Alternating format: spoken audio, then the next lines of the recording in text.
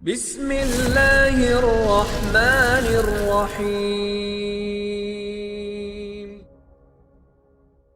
Tamim Ad-Dari adalah seorang sahabat Nabi yang dikenal dalam sejarah Islam sebagai seorang yang pernah bertemu dengan Dajjal, dalam sebuah kisah yang diceritakan langsung oleh Rasulullah. Kisah ini diriwayatkan dalam hadis sahih dari Fatimah binti Qais, dan menjadi salah satu kisah penting dalam memahami tanda-tanda akhir zaman. Sebelum memeluk Islam, ia adalah seorang Nasrani yang soleh dan dikenal bijaksana.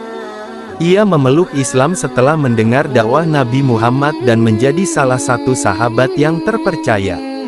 Pada suatu masa, Tamim Ad-Dari bersama sekelompok pelaut melakukan perjalanan dengan kapal untuk berdagang. Namun, perjalanan mereka berubah menjadi sebuah petualangan tak terduga, ketika kapal mereka terombang-ambing oleh badai besar di tengah lautan. Setelah terombang-ambing selama sebulan, mereka akhirnya terdampar di sebuah pulau misterius. Pulau tersebut tampak sepi dan tak berpenghuni, namun memiliki aura yang aneh dan menyeramkan. Mereka pun mulai menjelajahi pulau tersebut dan masuk ke dalamnya. Di pulau itu, mereka bertemu dengan makhluk berbulu lebat bernama Jasasah. Makhluk tersebut memiliki tubuh penuh bulu sehingga sulit dibedakan mana bagian depan dan belakangnya. Jasasah berbicara kepada mereka dan mengatakan bahwa ia hanyalah utusan yang akan membawa mereka kepada seseorang. Jasasah membawa Tamim dan rombongannya ke dalam sebuah gua besar yang gelap. Di sana, mereka menemukan seorang pria besar yang dirantai dengan sangat kuat. Pria itu memiliki tubuh yang luar biasa besar dan tangannya terikat pada lehernya dengan rantai besi. Pria yang dirantai tersebut segera bertanya kepada Tamim dan rombongannya tentang asal-usul mereka. Ia juga menanyakan kabar tentang Nabi Muhammad, umat muslim, dan kondisi kota-kota besar di dunia saat itu. Pria besar tersebut sangat tertarik untuk mengetahui apakah Nabi Muhammad sudah muncul dan bagaimana keadaan umat Islam. Kemudian pria besar itu bertanya kepada Tamim Ad-Dari dan rombongannya, "Beritakan kepadaku tentang pohon-pohon kurma di Baisan. Apakah masih berbuah?" Tamim menjawab bahwa pohon-pohon kurma di Baisan sekarang ini masih berbuah lebat.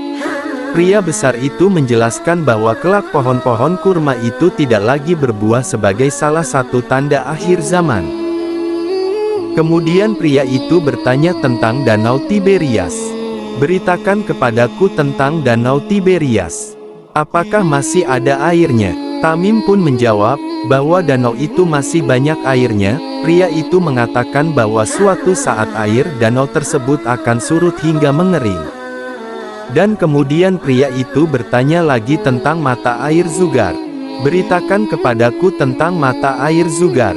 Apakah mata air itu masih mengalir, dan apakah penduduk sekitarnya masih bercocok tanam dengan airnya?"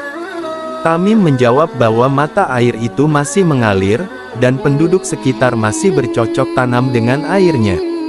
Pria itu menyebutkan bahwa kondisi ini akan berubah di masa depan. Kemudian pria besar itu bertanya tentang Nabi Muhammad. "Beritakan kepadaku tentang Nabi terakhir. Apakah dia telah diutus, dan bagaimana keadaan umatnya?" Tamim menjawab bahwa Nabi Muhammad telah diutus, dan umatnya telah taat kepadanya. Pria itu kemudian mengatakan, "Sungguh, itulah yang terbaik bagi mereka, yaitu menaati Nabi mereka." Pria besar itu kemudian mengungkapkan identitasnya. Ia adalah Dajjal, makhluk yang dijanjikan akan muncul di akhir zaman sebagai fitnah terbesar bagi umat manusia. Ia mengaku sedang menunggu saat yang telah ditetapkan baginya untuk bebas dan menjalankan misinya. Dajjal menceritakan bahwa ia telah dirantai sejak waktu yang sangat lama. Rantai tersebut mengikatnya dengan kekuatan luar biasa sehingga ia tidak bisa melarikan diri sampai Allah yang mengizinkan. Dajjal menjelaskan bahwa tanda-tanda kebebasannya hampir tiba. Ia menyebutkan beberapa kejadian yang menjadi indikasi kemunculannya, seperti kemarau panjang, munculnya kekacauan di dunia, dan umat manusia yang semakin jauh dari kebenaran. Sebelum Tamim meninggalkan gua bersama rombongannya, Dajjal memberikan peringatan kepada mereka, bahwa ketika ia bebas, ia akan menyebarkan fitnah besar di seluruh dunia. Ia akan mengaku sebagai Tuhan dan menyesatkan banyak manusia, kecuali mereka yang memiliki keimanan yang kokoh. Setelah pertemuan tersebut, Tamim dan rombongannya melanjutkan perjalanan mereka dan akhirnya berhasil kembali ke tanah air mereka. Ia segera menuju Madinah untuk menceritakan kisah ini kepada Nabi Muhammad. Tamim bertemu dengan Nabi Muhammad dan menceritakan semua yang dialaminya di pulau tersebut. Nabi mendengarkan dengan seksama dan membenarkan kisah Tamim karena sesuai dengan wahyu yang telah diterima beliau sebelumnya. Setelah mendengar kisah Tamim, Nabi Muhammad mengumpulkan para sahabat di masjid dan menyampaikan cerita tersebut. Beliau menegaskan bahwa kisah ini adalah bukti nyata tentang keberadaan Dajjal. Nabi Muhammad memperingatkan umat Islam agar berhati-hati terhadap fitnah Dajjal. Beliau mengajarkan umatnya untuk selalu membaca doa perlindungan dari Dajjal, terutama setelah selesai sholat. Kisah pertemuannya dengan Dajjal membuat keimanan Tamim ad-Dari semakin kuat. Ia semakin yakin dengan kebenaran risalah Nabi Muhammad dan menjadi seorang muslim yang sangat taat. Dari kisah ini, umat Islam diajarkan bahwa Dajjal adalah ujian besar di akhir zaman.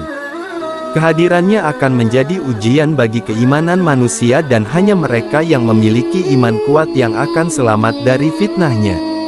Oleh karena itu Nabi Muhammad sangat menekankan kepada umatnya, untuk selalu menguatkan iman mereka kepada Allah, agar mereka senantiasa dalam lindungan, serta keyakinan yang kuat kepada Allah.